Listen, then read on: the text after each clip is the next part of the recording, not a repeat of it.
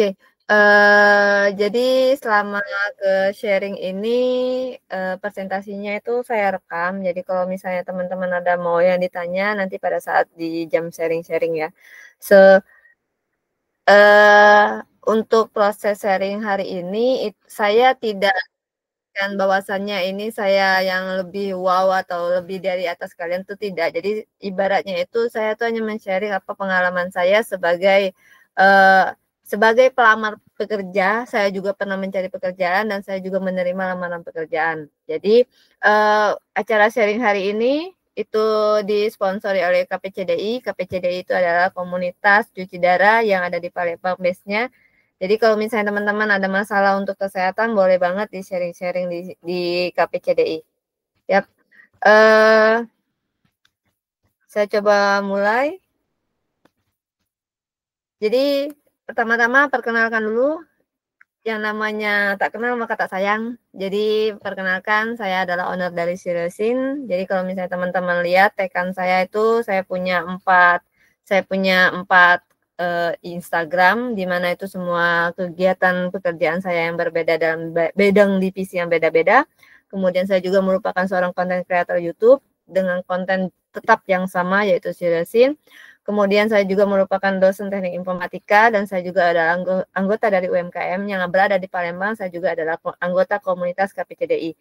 Kenapa setiap bisnis itu harus berbeda Instagramnya? Kenapa sebagai konten kreator saya juga butuh yang namanya konten? Kenapa saya sudah punya bisnis tapi saya juga punya pekerjaan selain dari bisnis saya punya pekerjaan? Dan kenapa seorang pencari kerja itu harus punya yang namanya komunitas atau sebagai anggota dari suatu organisasi. Kenapa? Karena banyak hal-hal yang akan kita pelajari, banyak hal-hal ide, kemudian banyak hal pengalaman dari orang-orang yang terdahulu. That's why kenapa kita harus lebih banyak pergaulan, ya. Jadi perkenalkan, nama saya Ahsanita Queen, saya adalah owner dari Syarisin, di mana base saya itu berada di Palembang.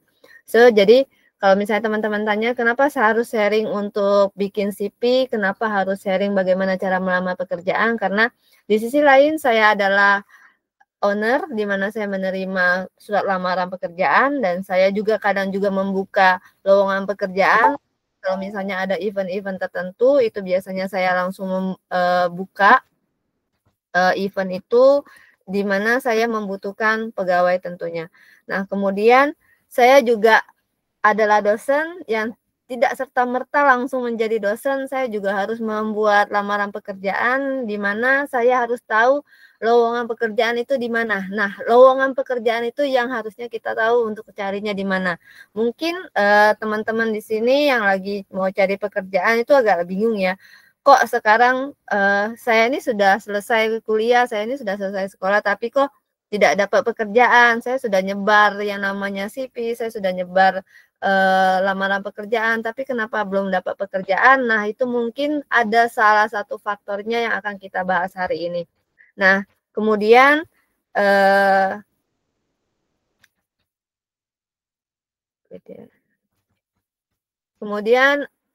kenapa kita harus membuat lamaran pekerjaan? Yang tentunya secara umum teman-teman kalau misalnya kita mau cari pekerjaan, teman-teman pasti tahu draft untuk bikin lamaran pekerjaan itu yang dimulai dari lamaran pekerjaannya. Jadi ada surat dulu, kemudian ada CV, kemudian ada sertifikat, ijazah dan lain sebagainya. Tapi teman-teman kita harus tahu dulu nih sebelumnya, karena kebanyakan kita itu yang penting dapat pekerjaan atau kita bagaimana caranya supaya kita itu pekerjaan, ya kan. Tapi teman-teman mungkin kurang memperhatikan seperti apa sih pekerjaan yang kita lamar. Nah, ini kadang-kadang kita sebagai owner juga kita bingung loh, ini anak ngelamar pekerjaan di kita tuh sebagai apa? Padahal kita tuh bukannya apa, tapi yang melamar siapa gitu. Karena ada konten yang harusnya kita memperhatikan bahwasanya mungkin yang dicari ini adalah tamatan SMA atau tamatan SMP atau yang nantinya bekerja sebagai apa. Nah, jadi di sini adalah lamaran pekerjaan, kita harus tahu dulu pengertian dari lamaran pekerjaan itu adalah bagaimana caranya kita melamar suatu pekerjaan dengan identitas dirinya kita dan skill-nya kita. Nah, mungkin notabene teman-teman sudah tahu bahwasanya, oh kalau misalnya saya mau melamar pekerjaan, susah nih, kenapa? Karena ada S3. S3 itu adalah jurusan orang dalam. Jadi tidak bisa mendapat pekerjaan kalau tidak ada orang dalam. Tidak serta-merta seperti itu. Tidak bisa juga tidak dikatakan tidak ada. Ada. Jadi 100% kegiatan melamar pekerjaan memang ada. Pekerjaan yang menggunakan orang dalam, tapi itu 20%. Dalam satu perusahaan tidak mungkin seluruh karyawan atau pegawai di sana itu adalah orang dalam, tidak mungkin. Karena untuk menjalankan suatu perusahaan ataupun organisasi itu dibutuhkan skill. Nah, teman-teman, skill inilah yang harus kita tonjolkan di dalam surat lamaran kita. Tentunya yang lebih notabene yang akan berat itu nanti ada di CV. Pengertiannya itu adalah ketika mencari pekerjaan, hal-hal umum yang harus dilampirkan adalah lamaran pekerjaan, kemudian kurikulum vitae atau daftar riwayat hidup, dan hal-hal pendukung lainnya. Nah, kalau dulu kita bikin lamaran pekerjaan itu biasanya kita ke kantor pos terus beli draft bagaimana sih caranya melamar pekerjaan, apa saja yang diisi, kemudian kita atau cari template di Google dulu itu. Tapi sekarang itu sudah lebih kreatif ya. Jadi kita ada aplikasi yang umumnya dipakai itu adalah aplikasi Canva, teman-teman. Jadi teman-teman bisa langsung cek di aplikasi Canva. Langsung saja buka template-nya lamaran pekerjaan. Nanti secara otomatis dia akan keluar yang namanya lamaran pekerjaan, kemudian CV dengan berjuta-juta template. Tapi teman-teman tolong diperhatikan. Sekarang kita lihat dulu nih, jenis pekerjaan kita itu yang mau kita lamar sebagai apa? Apakah kita sebagai in front office? Apakah sebagai back office? Apakah sebagai karyawan yang akan ditempatkan di lapangan? Karena teman-teman, kenapa sih kita itu sudah bikin lamaran, sudah masukin, ternyata ditolak langsung, tidak ada lagi hayo, langsung tidak ada kabar sama sekali, tidak ada. Kenapa? Mungkin jenis pekerjaan yang teman-teman lamar itu tidak sesuai dengan yang dicari oleh ini, oleh tempat kantornya. Jadi misalnya in front office itu kan diletakkan di depan. Nah, biasanya kalau misalnya diletakkan di depan itu, dia harus yang full body fotonya. Jadi dia akan melihat tinggi badan, kemudian kita itu good looking atau tidak, kemudian badan kita tuh proporsional atau tidak, itu akan dilihat. Jadi kalau misalnya secara visual kita tidak menjual untuk dijadikan di in front office, maka secara otomatis itu kita akan didiskualifikasi. Jadi kalau misalnya teman-teman mencari pekerjaan yang pada saat dilihat di lowongan pekerjaan, oh in front office nih, kalau misalnya kita sadar diri kita tidak good looking, ya udah deh, tidak usah melamar di pekerjaan itu, ya. Kemudian back office. Back office itu berarti dia lebih menonjolkan ketelitian, kemudian dia lebih relevan. Jadi kita itu pada saat bilang back office berarti kan di belakang layar nih.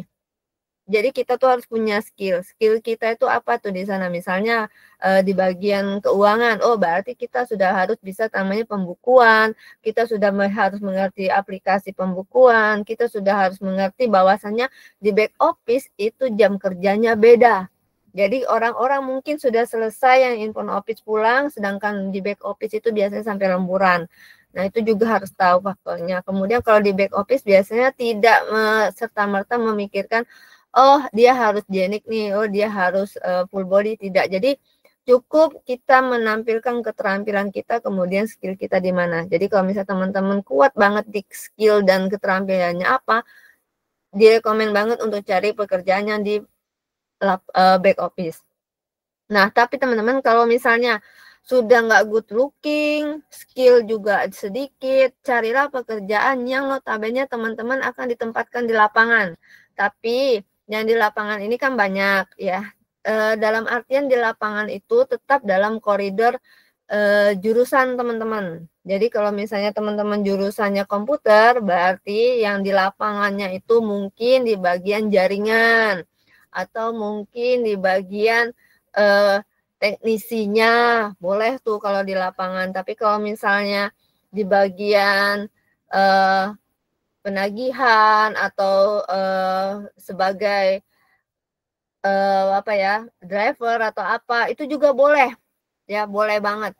Tapi lebih banyak orang sekarang dia kerja kantoran, setengahnya lagi driver. Jadi dia ada 2 pekerjaan. Nah, itu biasanya lapangan. Kenapa? Karena lapangan tidak terikat jam kantor. Jadi dia 24 jam tuh bebas di lapangan, dia mau kerja apa aja boleh. Jadi kadang-kadang mereka itu bisa 2 double job gitu ya. Jadi kalau misalnya mau bikin lamaran pekerjaan harus dilihat dulu nih jenis pekerjaan yang teman-teman lamar apa, karena itu akan mempengaruhi draft dari bentuk lamaran pekerjaannya kita. Kalau misalnya kita mau melamar in front office, berarti kita akan menonjolkan kalimat-kalimatnya itu bahwasannya saya good looking, saya komunikasinya baik, kerja sama timnya oke, kemudian foto yang ditampilkan itu adalah foto full body, ya, kemudian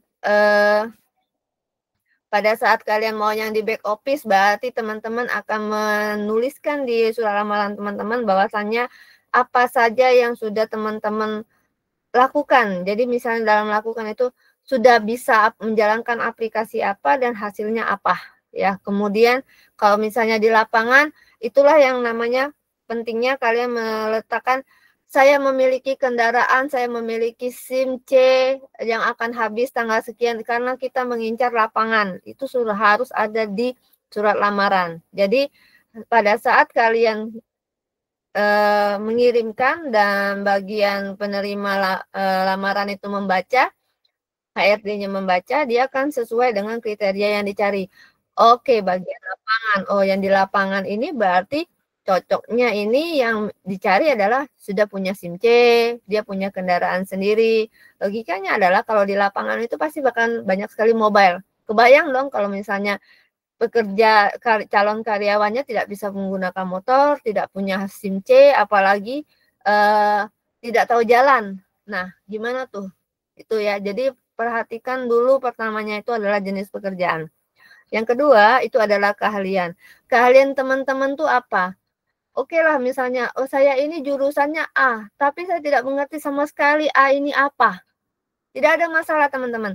Kita itu pasti punya keahlian itu apa gitu loh. Jadi misalnya teman-teman punya keahliannya itu membuat bisnis misal.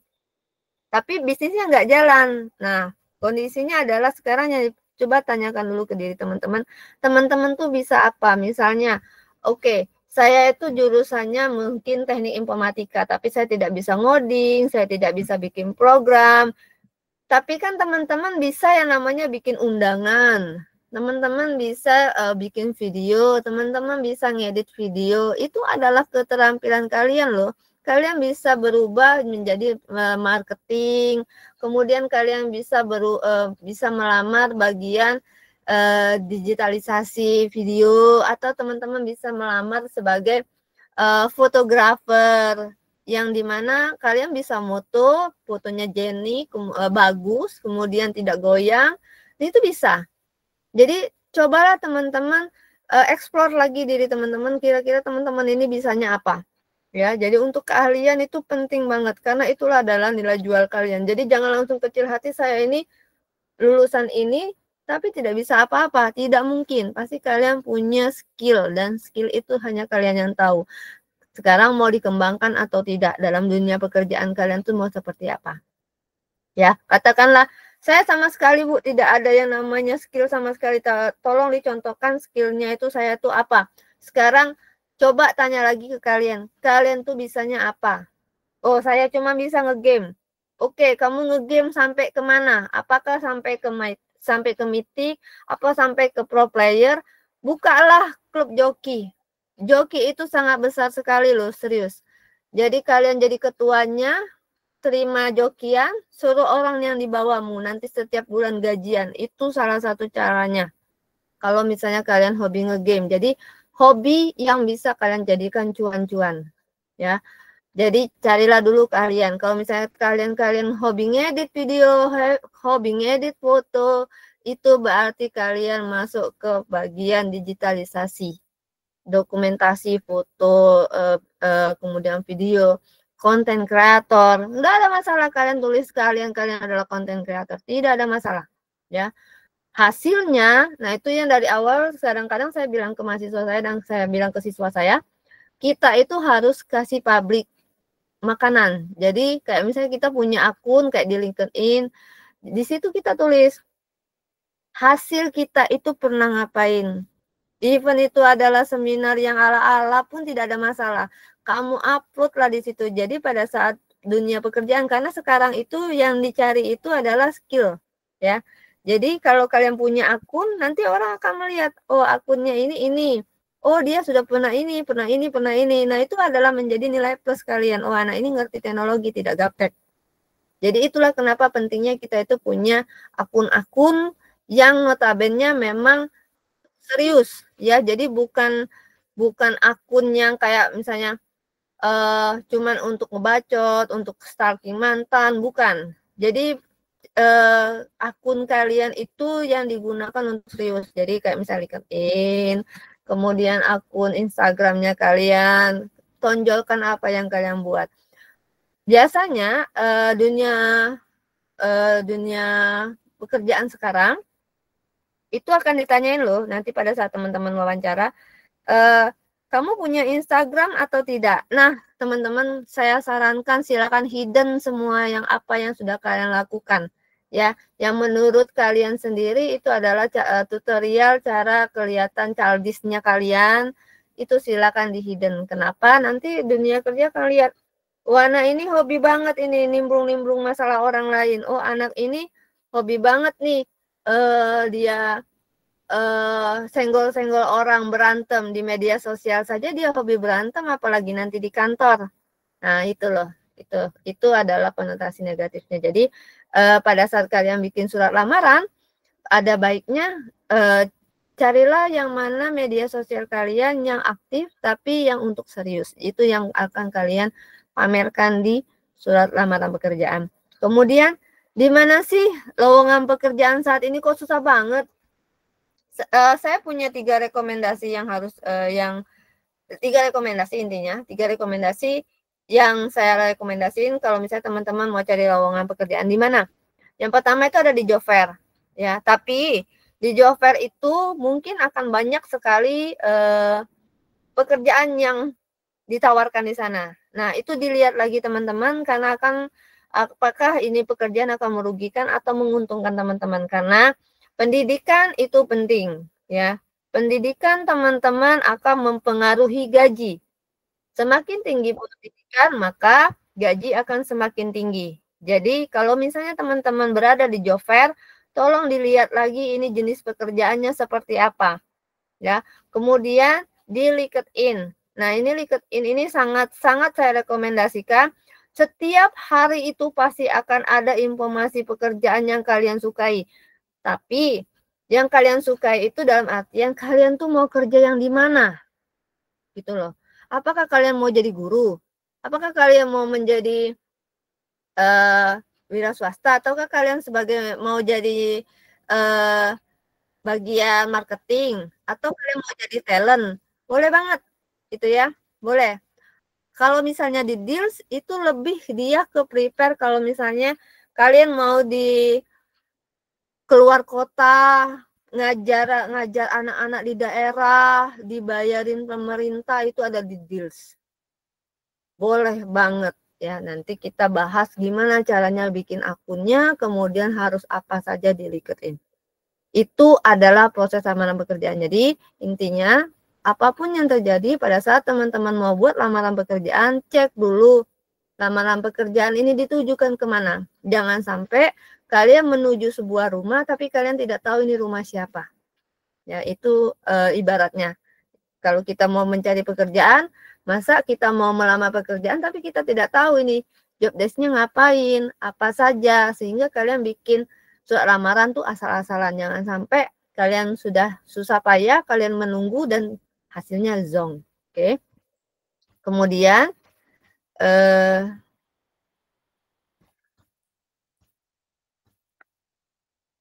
surat lamaran posisinya harus mengenal lamaran yang akan dilamar. Seperti yang saya jelasin tadi, bahwasanya lamaran itu ada in front office, ada back office, ada di lapangan. Harus tahu posisinya di mana. Kemudian di dalam surat lamaran itu lebih menekankan tonjolkan skill, ya.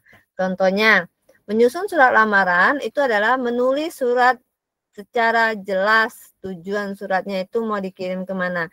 Jadi teman-teman wajib observasi dulu nih, ya. Jadi kalau misalnya mau mengirim ke PT ABC misalnya, jadi kepada pimpinan PT ABC di, itu penting, ya.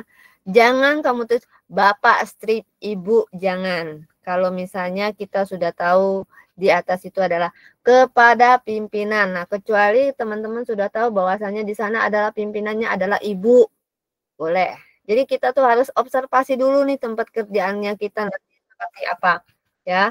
Kemudian menjelaskan secara tersirat tujuan surat lamaran itu seperti apa. Jadi kalian boleh menjelaskan di paragraf yang pertama bahwasannya saya adalah ini bertujuan untuk melamar di posisi ini, gitu ya. Jadi jelas bahwasannya surat lamaran ini saya mau melamar pekerjaan di posisi ini dan saya bersedia. Nah, itulah kenapa kita harus tahu bahwasannya kita tuh mau bekerja seperti apa. Misalnya, saya bersedia menjalankan tugas dan sesuai jam kerja yang dibebankan kepada saya. Itu, ya, itu titik beratnya. Kemudian biasa identitas, ya, identitas kita. Nah, di sini biasanya itu ada di urusan nomor telepon. Nomor telepon itu tolong ya, jangan sampai kalian naruh nomor telepon yang tidak ada WA-nya. Ya, jadi nomor telepon itu harus siap siaga. Yang namanya kita mencari pekerjaan, tentunya kita akan menunggu. Jangan sampai kamu tipe orang yang nyari pekerjaan, tapi tipe orang yang tidak pedulian. Mau orang nelpon, mau orang WA, mau orang chat, 1 tahun kemudian baru dibalas. Jangan seperti itu ya. Jadi teman-teman harus punya nomor yang aktif. Kemudian untuk email, tolong yang aktif juga. Begitu juga untuk di seluruh akun, mau LinkedIn, mau deal, itu seluruhnya yang pakai email yang aktif ya. Jangan pakai email yang bodong. Ya, kenapa? Karena nanti orang kan bertanya, kok emailnya begini? Jadi silakan bikin email dengan namamu misalnya, tidak ada masalah. Jadi ibaratnya karena kita adalah melamar pekerjaan secara formal ya. Kemudian nah, yang di sini yang saya bilang, kenapa kita harus cari tahu dulu kita tuh mau melamar pekerjaan apa? Karena kita akan melampirkan apa, gitu loh. Jadi kalau misalnya kayak info office, berarti kita yang pertama itu adalah menampilkan foto full body. Tapi kalau back office, berarti kita akan kuatkan di CP, ya. Kemudian biasa ijazah. Nah, ijazah ini harus di scan ya. Yang namanya kayak di LinkedIn atau di Deals itu biasanya mereka minta surat lamaran, kemudian CP-nya itu secara digital. Nah, jadi teman-teman disarankan sekali teman-teman punya akun Canva, di mana Canva itu kan bisa langsung diedit, tinggal kamu ngedit yang surat lamarannya saja, sehingga nanti pada saat kamu mau kirim, kasih yang digital. Tuh, jadi ijazah, kemudian kalau misalnya teman-teman lulusan dari SMA, ada transkrip, ada daftar, ada nilainya kan, nah itu di scan. Jangan pakai yang legalisir, ya pakai yang asli saja tidak ada masalah. Yang legalisir itu pada saat dunia kerja minta, tapi biasanya dunia kerja itu tidak minta yang legalisir, tidak. Kalaupun kalian mau melamar yang menggunakan langsung administrasi, itu tidak menggunakan legalisir asli, kecuali teman-teman sudah diterima. Kalau sudah diterima barulah kasih legalisir yang asli. Tapi kalau misalnya baru coba-coba mau melamar, silakan fotokopi saja atau scan warna. Ya, kamu scan dulu kemudian kamu print. Tidak ada masalah itu. Ya, jangan kasih yang asli.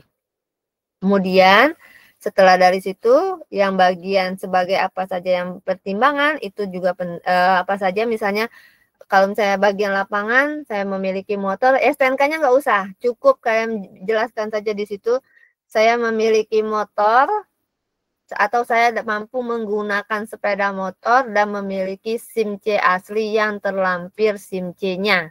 Ya, kalau misalnya kalian bisa bawa kendaraan roda 4, SIM A. Ya, kalau misalnya kalian sudah wow banget, berarti B1 umum boleh. Ya, kalau ada, tapi kalau nggak ada nggak usah. Tidak usah dipaksakan. Kemudian Menyusun daftar riwayat hidup. Menyusun daftar riwayat hidup untuk formatnya teman-teman bisa langsung cek saja di dalam Canva, tapi terkadang konten-konten di Canva itu tidak sesuai dengan apa yang mau kita jelaskan. Intinya teman-teman di dalam Canva kita boleh edit ya. Yang pertama itu yang wajib ada adalah kontak. Kontak itu ibaratnya itu setelah identitasnya kita, nama segala macam, nomor WhatsApp itu penting. Biasanya karena dunia kerja sekarang tidak menelpon, tapi dia langsung nelpon ke WhatsApp, ya.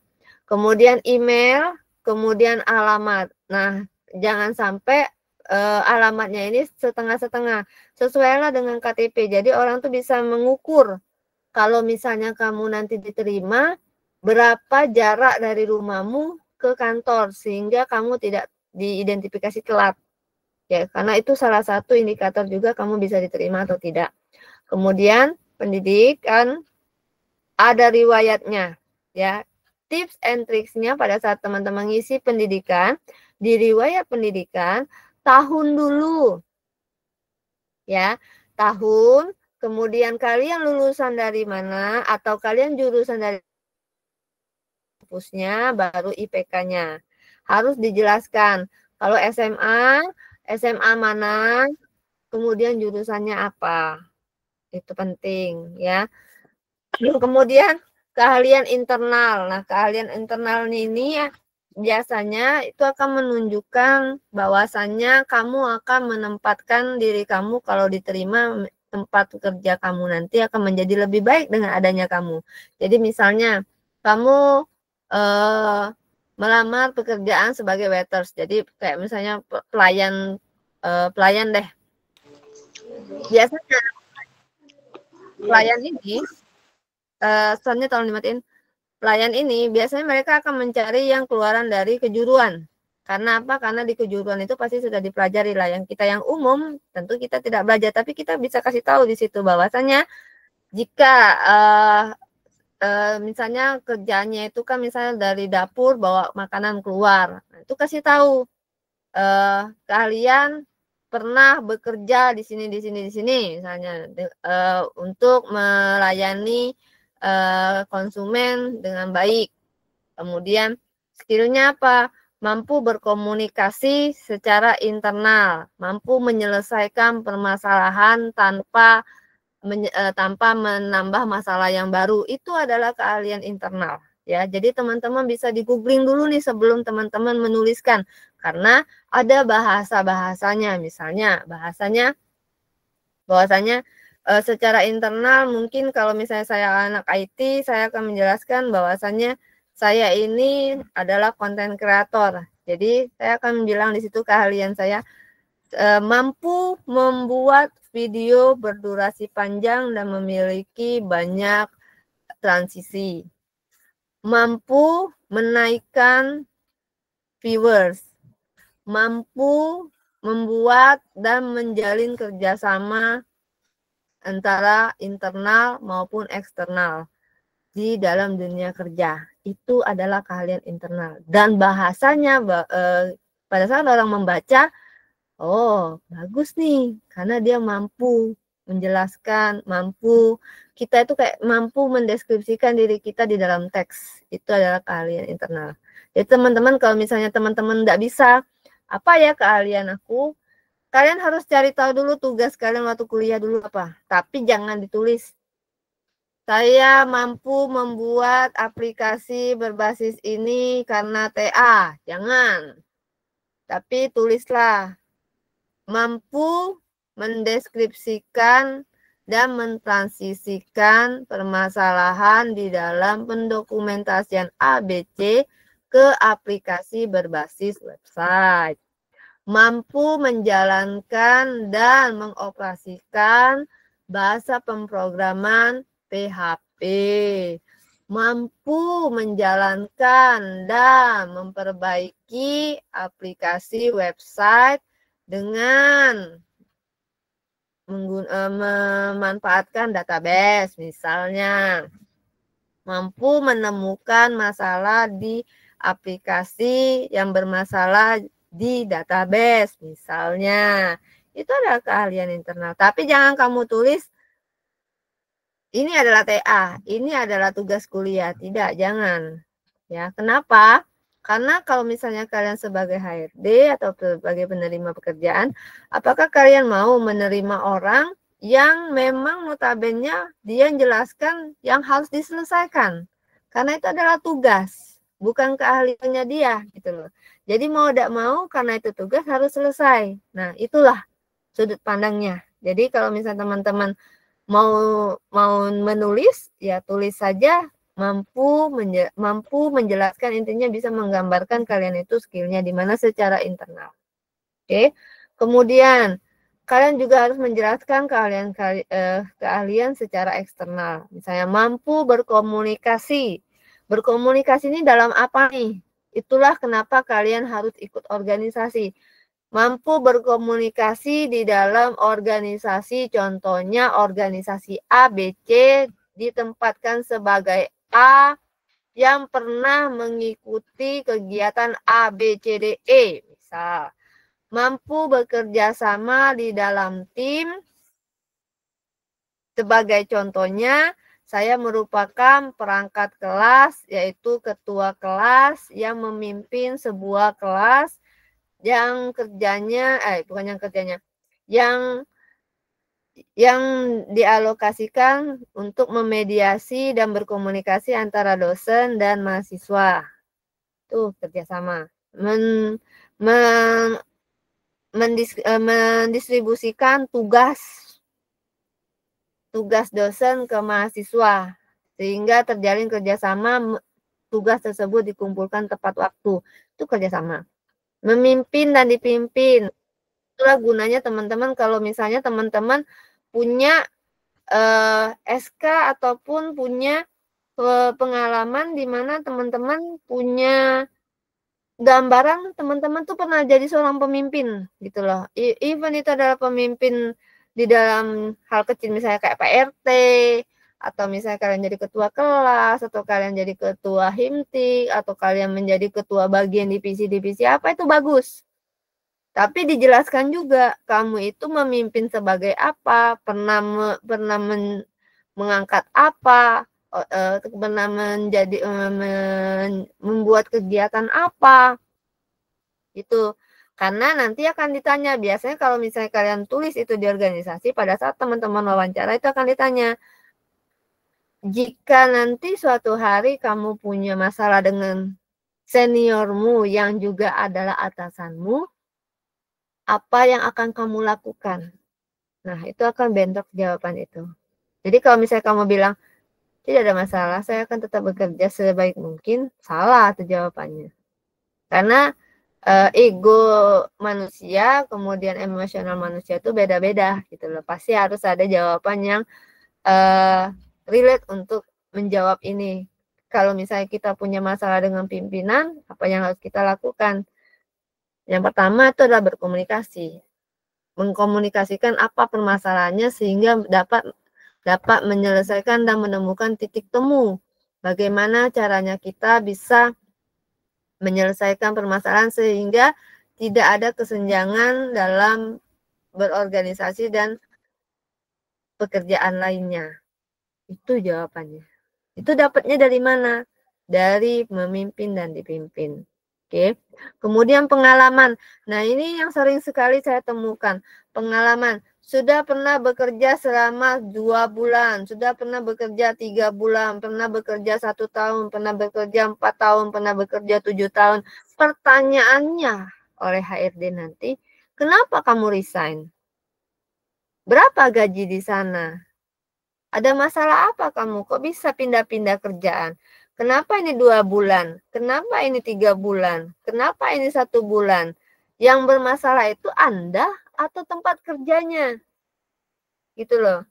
Jadi pada saat teman-teman nulis pengalaman bekerja, saya sangat menyarankan kamu deskripsikan saja kamu mau nulis apa di sana. Misalnya, saya pernah bekerja, misal kamu menyatakan KP-mu itu adalah kamu bekerja. That's why memang benar kamu KP adalah kerja di sana kan.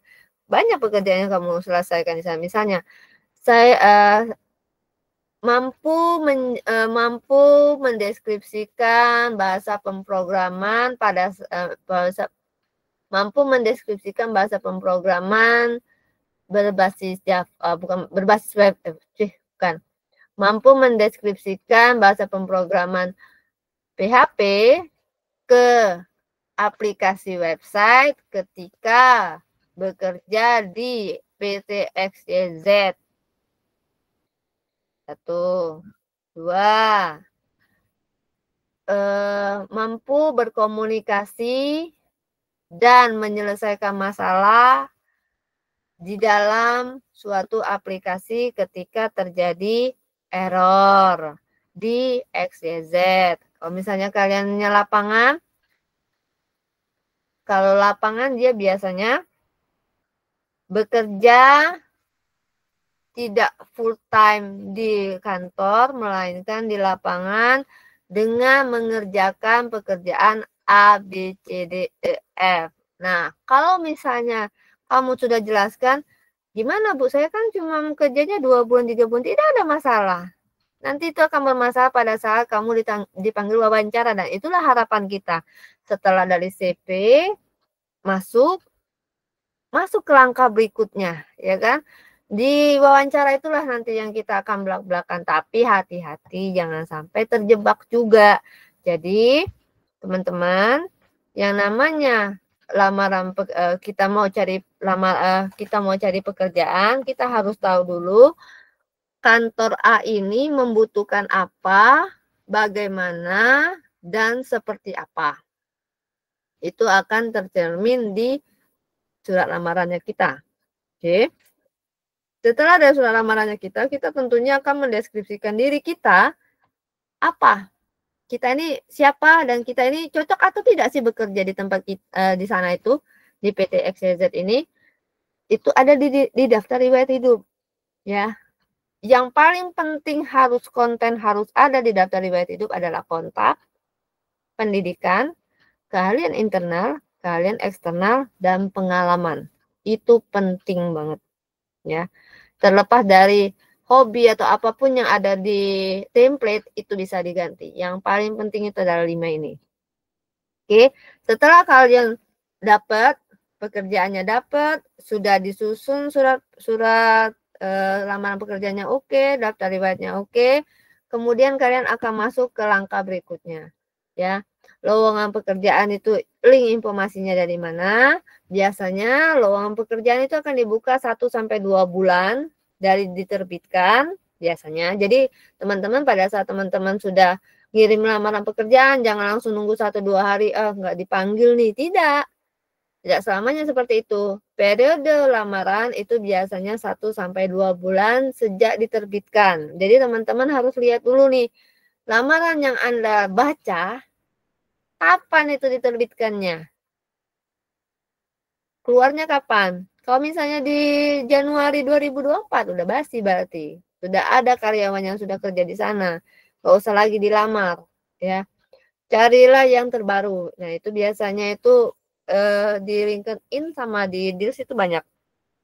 Kemudian setelah itu kita dapat pekerjaannya yang baru terbit, kita masukkan lamaran. Biasanya Dek, mereka itu akan seleksi, ya. Jadi lamaran kita itu diseleksi, mereka akan baca langsung ke CP. Kalau misalnya mereka sudah lihat bentukannya, mereka akan langsung ke CP. CP mereka menurut mereka mewakili skill yang dicari, kamu akan dipanggil wawancara, ya. Setelah wawancara, biasanya kalau misalnya satu tempat atau satu daerah, mereka akan memanggil ke sana dengan undangan via WhatsApp biasanya. Bisakah Anda hadir di sini jam sekian? Tapi kalau misalnya HRD-nya tidak berada di kota yang sama, mereka akan menggunakan Meet atau Zoom, ya. Kemudian mereka akan melaksanakan tes. Ini biasanya akan dibalik, ya. Boleh mereka tes dulu, boleh mereka wawancara dulu. Tes itu biasanya TKDA, biasanya juga mereka matematika, biasa juga mereka intinya psikotes. Biasanya mereka akan melihat seberapa kuat sih mental kita akan menghadapi dunia kerja. Karena dunia kerja itu akan sangat berbeda dengan Waktu kamu sekolah, waktu kamu di rumah, waktu kamu belajar itu beda, 360 derajat beda. Itu digunakan untuk psikotes ya. Kemudian dokumentasinya, kadang-kadang sertifikat-sertifikat yang menurut kalian itu tidak penting, itu sangat membantu mewakili skill kalian tuh seperti apa. Misalnya kalian punya sertifikat TOEFL, kalian punya sertifikat keahlian, misalnya kayak kalian menyelesaikan Office, IEEE, bukan IEEE, sorry, IEEE itu untuk data pustaka ya. Misalnya kalian sudah bisa menyelesaikan bahasa pemrograman Java dasar, itu ya itu sangat penting ya. Kemudian biasanya setelah di rekrutmen, dipanggil wawancara tes, baru nih kamu akan dinego. Dinego itu dalam artian kamu mau kerja tidak di sana. Kamu cocok kriteria kamu oke, bisa masuk ke dalam perusahaan ini, kamu boleh bekerja. Nah, hati-hati juga di sini teman-teman, karena mungkin teman-teman baru untuk dalam dunia pekerjaan. Lihat lagi, masa kerjanya itu seperti apa. Misal, boleh di sini nanti ditempatkan di sana. Lah, kamu kan melamarnya itu di kotamu. Tapi kenapa kamu kenapa kamu dilempar ke ujung sana? Nah, itu tolong lagi tanya lagi. Ya, karena apa? Yang harus kita tanyakan, misal saya ini ada di Palembang. Kalau misalnya saya ditempatkan di IKN, bagaimana ongkos ke sana? Kemudian bagaimana tempat tinggal saya di sana? Kemudian berapa gaji yang akan Anda berikan kepada saya? Itu penting, Adek. Tidak ada masalah untuk nanya gaji. Mungkin kamu pernah dengar orang bilang, "Oh, salah tanya gaji ini." Itu penting. Ya, karena untuk dunia kerja sekarang kita harus tanya gajinya seperti apa. Setidaknya kita harus mendengar dulu sesuai dengan UMR. Ya, kalaupun tidak sesuai dengan UMR, kamu harus lihat dulu perusahaanmu itu seperti apa. Apakah itu perusahaan BG Biru? Apakah itu perusahaan abal-abal? Kalau BG Biru itu berarti dia terdaftar, secara lihat terdaftar atau tidak, dia ada plang besar di kantornya. Kemudian kalau kamu tanya bagaimana dengan jaminan kesehatan saya, jaminan kesehatanmu ada, biasanya ada asuransi, kemudian ada jaminan hari tua, terlepas dari itu BPJS dan lain sebagainya itu dibayar oleh kantor. Itu kalau yang BG merah. Tapi kalau BG abal-abal, yang pelang kantornya mungkin hampir tidak terlihat, kemudian kegiatannya juga hampir tidak terlihat, dan biasanya mereka memberikan gaji di bawah UMR. Nah, itu harus ditanyakan dulu ya. Jadi penempatan itu pada saat ditanya penempatan jauh, pikirkan lagi dan tanyakan lagi mau apa ya. Kemudian dunia kerja itu ada lagi yang namanya sementara. Jadi biasanya mereka itu tidak selamanya ada di situ. Jadi bekerja hanya berdasarkan event. Jadi sementara. Ada lagi yang boleh kerja di sini tapi kita ada masa uji coba. Nah, hati-hati dengan masa uji coba, jangan kepanjangan, jangan sampai 6 bulan. Ya, masa uji coba itu paling banter 3 bulan atau 1 bulan. Ya, karena kalau 6 bulan itu namanya penghematan gaji. Ya, kamu itu harus digaji. Kalau misalnya dia bilang masa uji cobamu 6 bulan, lebih baik mundur, tidak ada masalah. Atau dinego, saya boleh kalau misalnya saya udah oke dalam waktu 1 bulan atau dalam waktu 3 bulan, kalau tidak mau ya sudah. Tidak ada masalah, masih banyak kok lowongan pekerjaan yang lain yang bagus ya. Jadi masa kerja itu tolong dilihat lagi, jangan sampai itu merugikan kalian. Apalagi yang kalau misalnya notabene itu 1 tahun harus resign, 1 tahun harus cari pekerjaan lain, 1 tahun harus cari pekerjaan lain, tuh menghabiskan umurmu. Gimana kamu mau nulis di CV-mu, masa kamu nulis 2024 kerjanya ini, kerjanya sebagai waitress, 2025 sebagai penjaga toko, 2026 sebagai cleaning service misalnya, apa pindah-pindah gitu loh, karena pekerjaannya pindah-pindah ya, jangan gitu loh. Kalau bisa tuh cari pekerjaannya tuh yang lama sehingga kalian dapat pengalamannya di dalam itu, gitu loh. Jadi enak nih, 2000 ini saya punya kegiatan ini, saya punya prestasi ini, itu enak jadi nulisnya di CV, ya. Itu masa kerja. Kemudian sumber, ini mungkin yang sangat penting yang mungkin teman-teman tunggu. Sumber info lowongan pekerjaan, ya. Infonya itu boleh dari Google, teman-teman. Jadi teman-teman bisa googling di situ. Nah, itu yang kadang-kadang perusahaan tuh bisa langsung masuk ke websitenya. Ya, jadi googling aja teman-teman.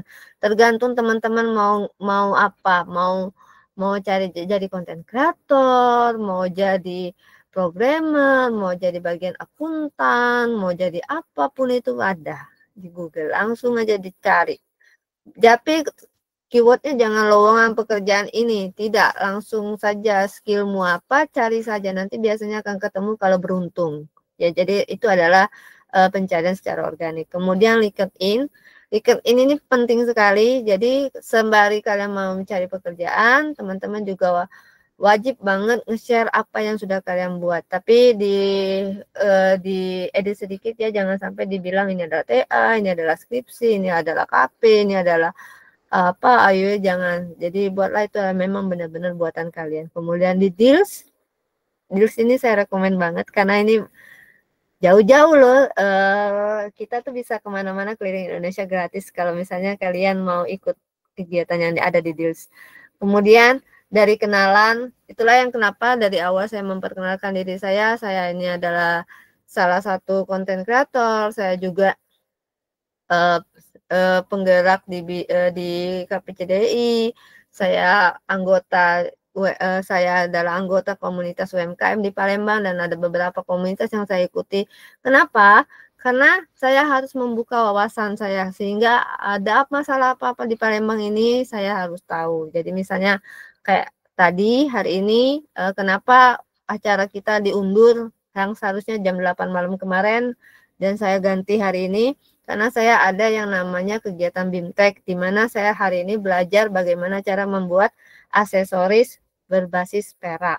Nah, itu skill baru buat saya, dan itu posisi saya lagi di luar kota dan harus balik lagi ke Palembang, sehingga itu akan memakan waktu. That's why kenapa kegiatan yang harusnya ini hari ini terjadinya kemarin, itu saya undur hari ini. Jadi mohon maaf untuk kejadian ini, karena informasi dari kenalan itu biasanya cepat banget dan mendadak. Jadi kita tuh harus banyak sekali teman-teman. Jadi teman-teman yang punya sifat introvert, yang tidak mau bergaul, yang tidak mau punya komunitas, bla bla bla, rugi besar guys. Jadi ayo bergeraklah di mana komunitas, di mana tempat yang paling cepat informasinya, datanginlah dinas-dinas, banyaklah teman-teman yang berfaedah, itu lebih baik. Ya. Kemudian di job fair, di mana ada job fair silakan diikuti ya. Tapi kalau misalnya kamu mau lihat kualitas atau tidak, biasanya kualitas job fair yang bagus itu yang bayar. Kenapa? Karena kalau dia dibayar berarti pekerjaan yang dibuka itu juga bagus, dan biasanya mereka ada batasan 5 atau 10 CP. Jadi kita tuh benar-benar milih mau kerja yang mana. Jadi bukan yang ketemu stan ini masukin lamaran, ketemu stan ini masukin lamaran, tidak. Job fair yang bagus itu yang memang dia dipilih kemudian dia bayar. Itu ya. LinkedIn itu yang seperti apa? Yang seperti ini. Nah, ini adalah LinkedIn, teman-teman. Silakan kalian punya CV yang tersimpan secara aktif di akun Canva-mu. Nanti di dalam akun Canva kalian bisa mengedit itu mau ditujukan ke lamaran kemana. Jadi nanti kalau misalnya kalian sudah menemukan pekerjaan yang baik, yang menurut kalian mampu bekerja di sana, CV-nya tinggal dikirimkan saja kalau kalian punya LinkedIn. Pastikan di LinkedIn itu foto kalian ada tulisan open to work. Jadi kalian adalah pencari kerja, ya. kemudian teman-teman mungkin saya coba share bagian yang ini. Bentar ya, saya coba share.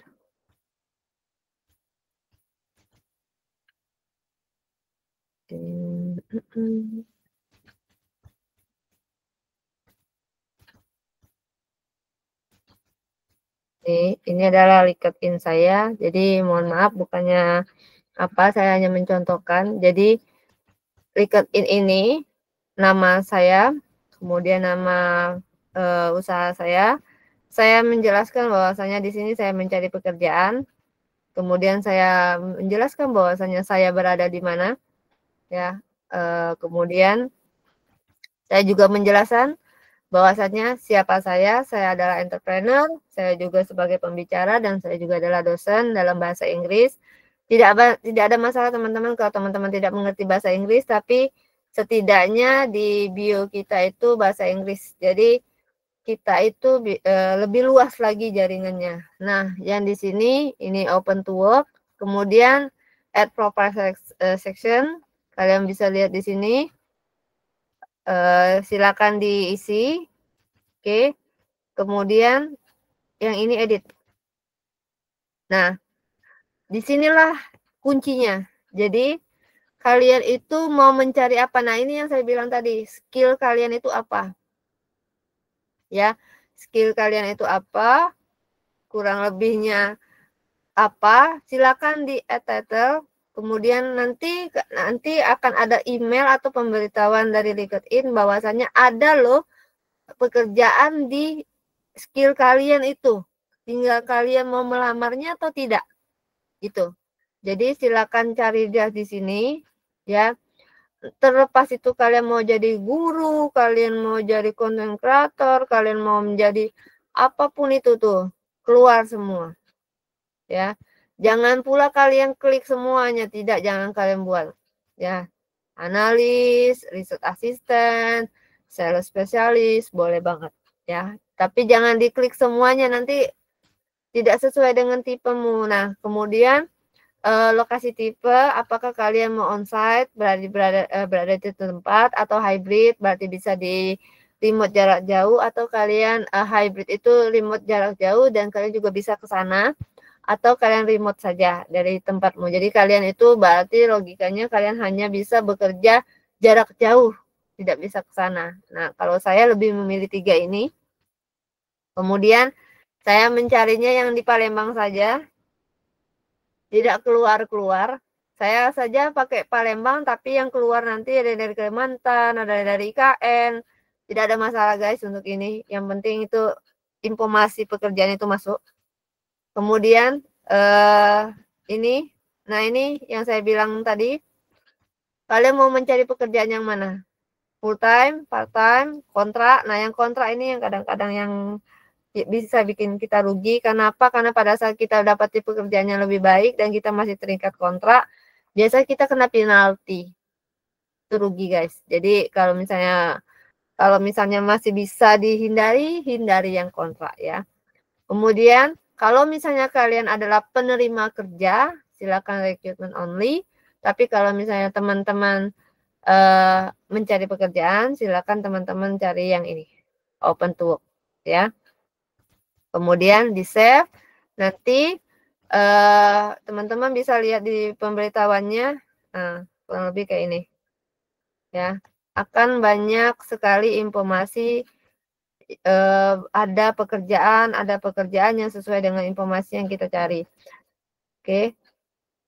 Saya tunjukin juga, tapi tidak etis tampaknya, di message saya ini ada beberapa orang yang memang mencari pekerja. Jadi dia itu tidak membuka lowongan pekerjaan, tapi dia mencarinya langsung dari LinkedIn.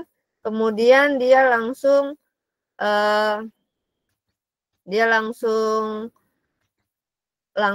nge-DM-nya kita, mau nggak kerja di tempat kami, gitu loh.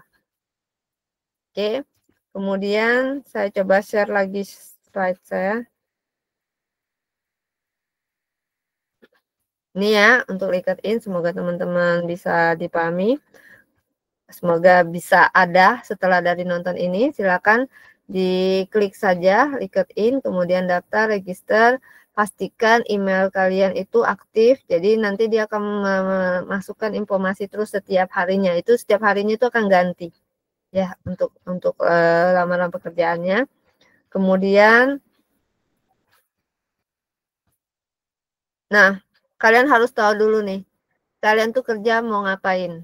Ya jangan sampai kita itu hanya menggebu-gebu, oh saya ini lulus nih, masa saya nggak kerja, masa saya di rumah aja, saya tidak ada pekerjaan, bla bla bla.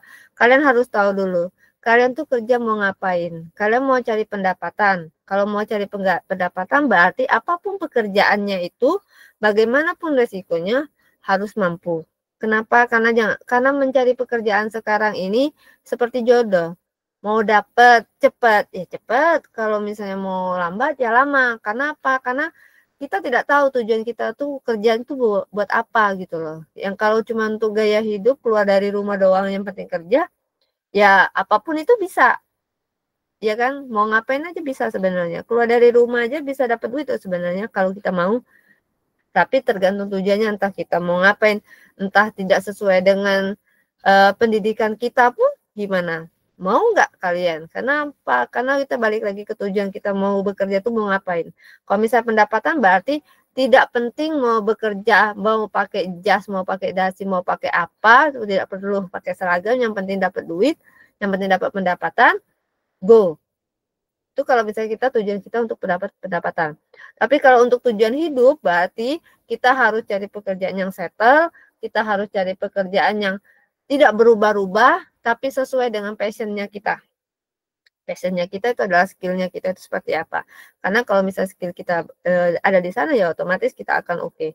Kemudian kalau misalnya untuk lifestyle berarti yang gajinya besar dong. Ya gaji besar berarti resiko besar. Oke. Atau untuk pengakuan. Nah, yang pengakuan ini oh berarti kita itu harus menjadi A B C D gitu ya. Jadi balik lagi ke teman-teman, kira-kira tujuan teman-teman untuk bekerja itu untuk apa. Oke, sampai di sini penjelasan sharing-sharing saya. Semoga teman-teman dapat pekerjaan yang lebih baik dan mungkin sudah dapat feel nih untuk mendapatkan pekerjaan, surat lamaran dan CV saya itu harusnya seperti apa.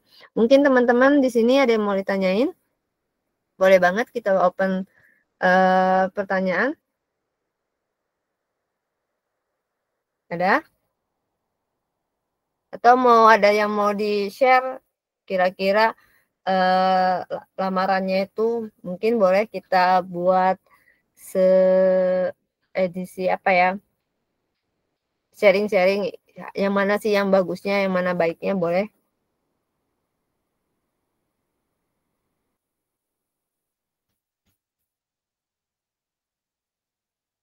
Adakah?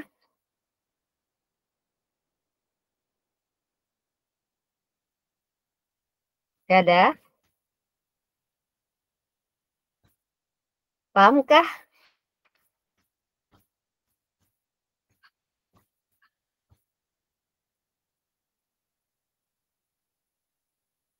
Gimana nih? Nggak ada suaranya.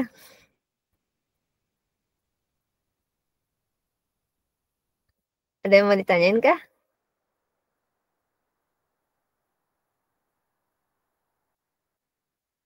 Kalau nggak ada, saya cukupkan untuk sharing hari ini. Boleh? Nampaknya. Saya matiin dulu recordnya.